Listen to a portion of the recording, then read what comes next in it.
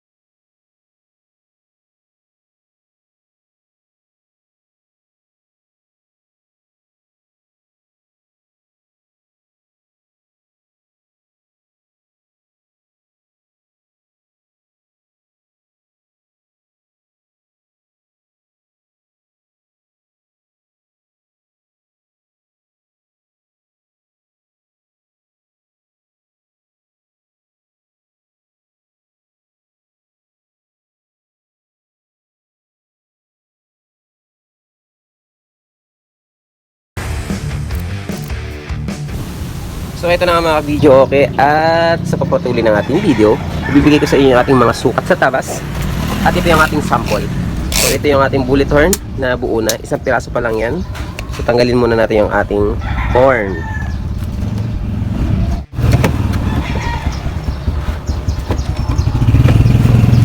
So ayan yung loob ng ating bullet horn mga kabidyo, okay, yung ating palang bullet box. Okay, so yan yung ating mga division.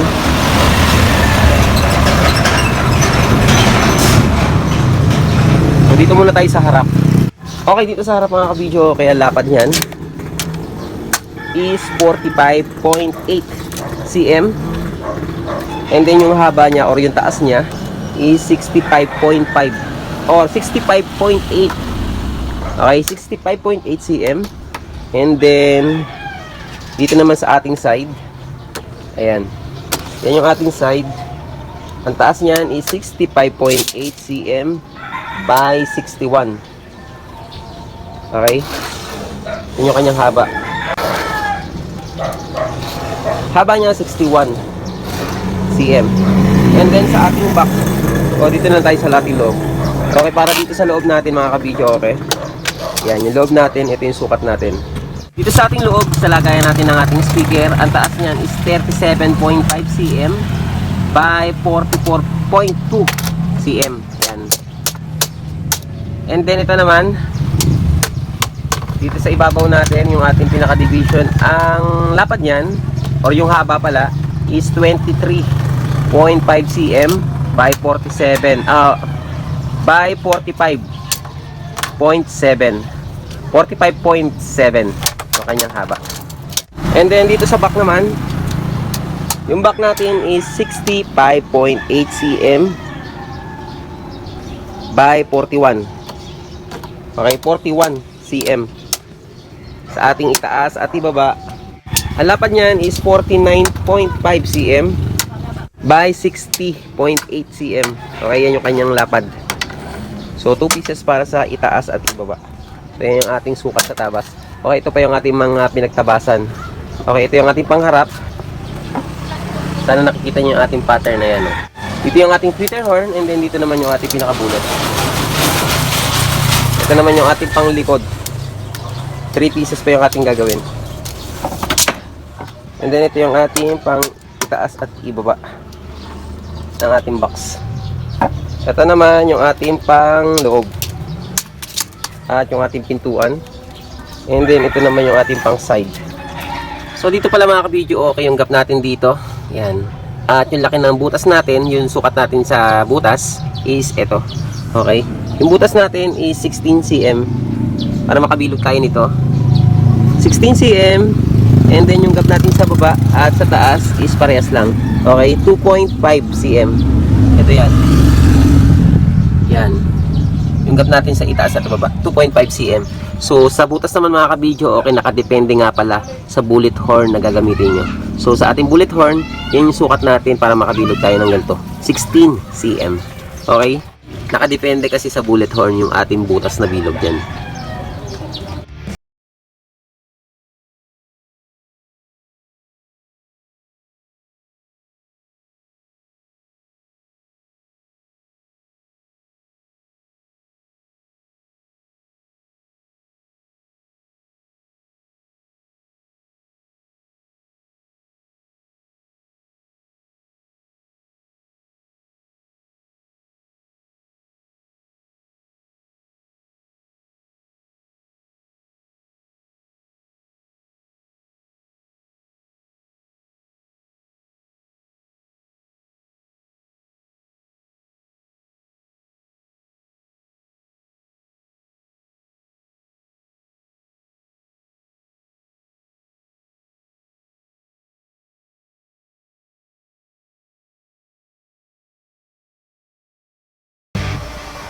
Okay, so ngayon masilyahin na natin mga ka-video, okay, dahil tapos na natin buuin yung ating box. So ito na yung ating timpla. Mix natin dyan semento at saka flexiband. Okay, so ito yung flexiband na ginagamit natin pang masilya. At ito rin yung ating pambuga natin. Okay, mini-mix lang natin yung ating semento. So ito na yung ating nahalo. Yung tatlo na masilya na natin. Okay, so ito na lang ang ating mamasilyahin.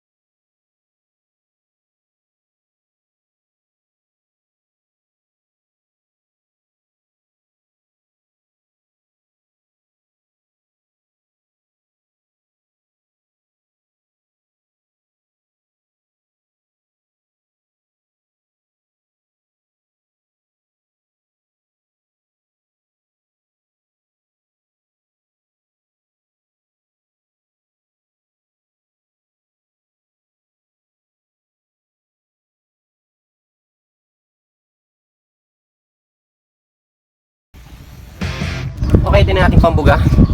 Ito yung flexiband at hinaluan natin ng semento. So ito yung ating pambubuga sa ating speaker box.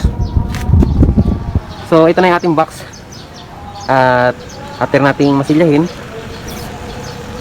nilihan na natin. Okay, so ngayon ipubugahan na natin. Bali, 3 patong ang gagawin natin para makapal. Kaya buksan na natin.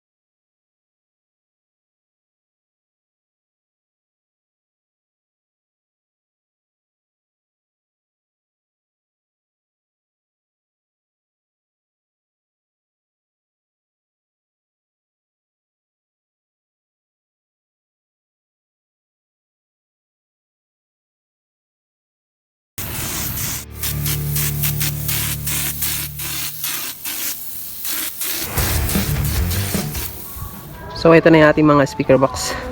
Tapos na nating bugahan or imortar yung ating mga speaker box. So ipakita ko muna sa inyo. At ito is 3 patong yung ginawa natin dito para makapal.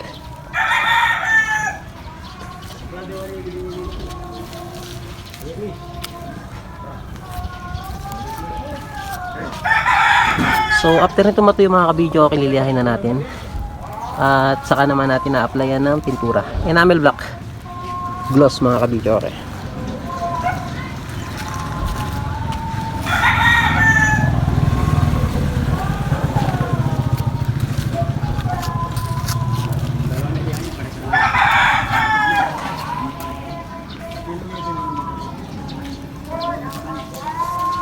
Okay, so ito yung ating bullet at tatanggalin muna natin yung pinaka gitna niya.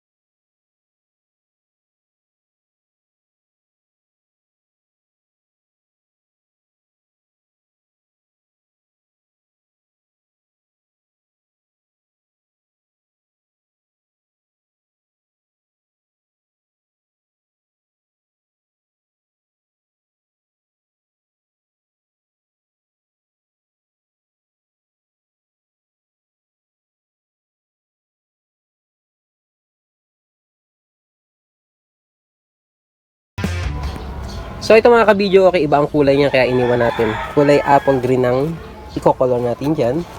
And then ito naman yung mga X-horn. Puro kulay black to mga kabidyo, okay. So ulitin lang natin ang ating ginamit dito. Pintura is enamel black. At hinaluan natin ng paint thinner. makinis naman siya. So itong horn na to mga kabidyo, okay, itong ating mga bullet horn is hindi natin to gawa at order lang natin to sa online. Okay? So magtatanong kung magkano ang price niyan. Ang price nito mga kabidyo, okay, kapag pares na ganyan is umaabot din ng 3,000. Okay, wala pang pintura yan mga kabidyo. Okay, tayo pa magpipintura. So yan yung ating bullet horn. Ang ating ginamit na pintura, enamel black at paint thinner. Hinalo natin ang paint thinner. So okay na naman yung ating pagkakapintura dito. At hindi naman lumolobo.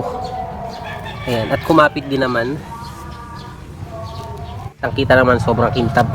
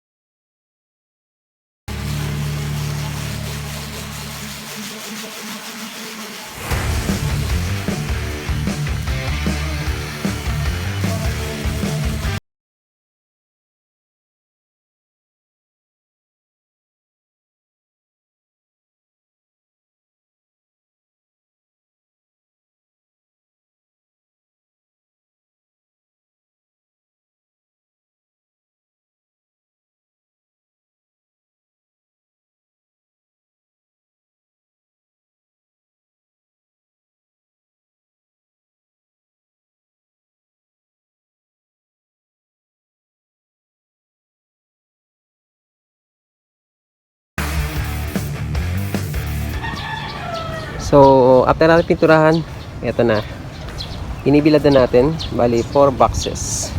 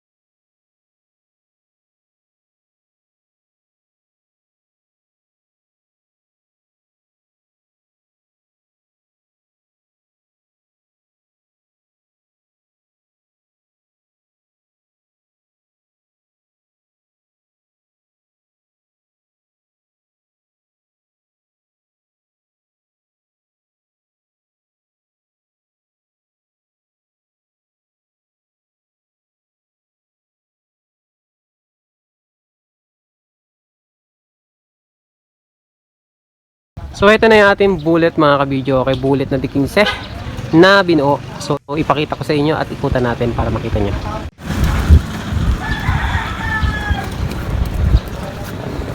So ito yung ating tweeter horn, X horn mga kabidyo. Okay, and then yung ating D15 na bullet. Yung color natin dito is apple green. Yan yung request ng ating kliyente. And then dito sa ating, and then dito is kulay black. Yan yung combination natin, black and green.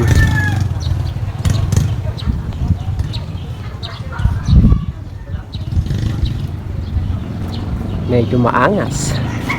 Maangas. Ang angas ng pagkakayari. So ito naman yung ating texture.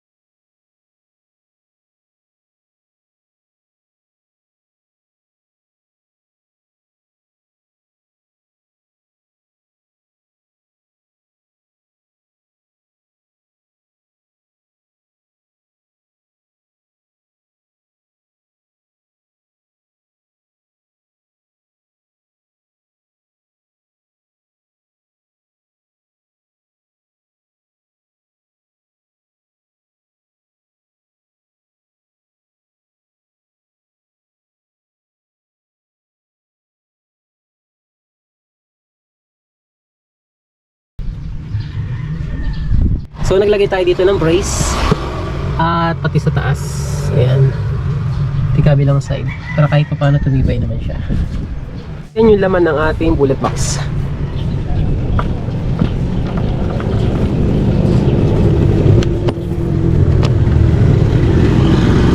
So dito mga kabidyo, okay, isang speak-on.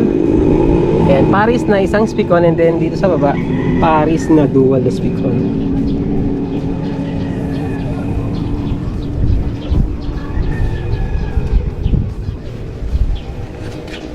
So kaya natin ginawan dual dito para pwede nating i-parallel dito. Okay? Magbibigay siya ng link dito sa isang speak-on.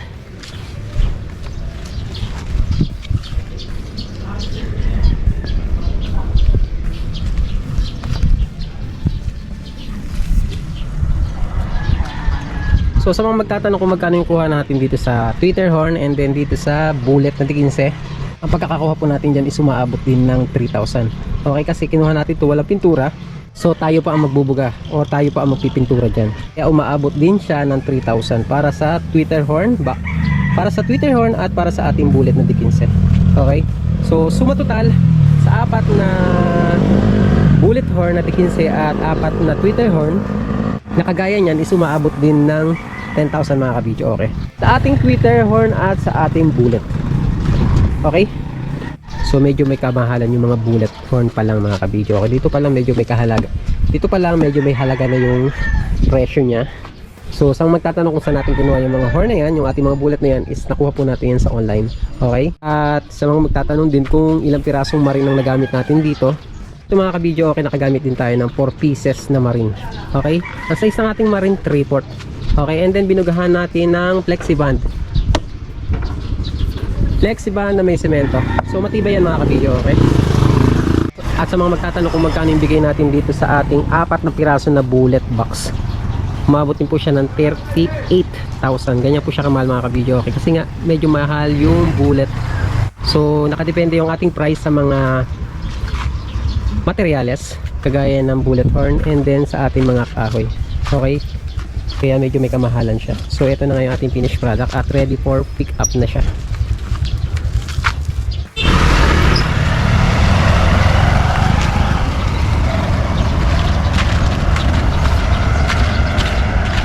So ready for pick up na siya mga kabidyo. Okay, at babalutin na natin sa plastic. Kaya sa mga gusto makatipid sa paggawa nito mga kabidyo, okay, mas maganda kung sariling gawa nyo na lang. Lalong lalo na yan yung mga bullet na yun. Kung marunong kayong gumawa, edi kayo na lang gumawa para hindi kayo mapamahal sa mga ganitong box.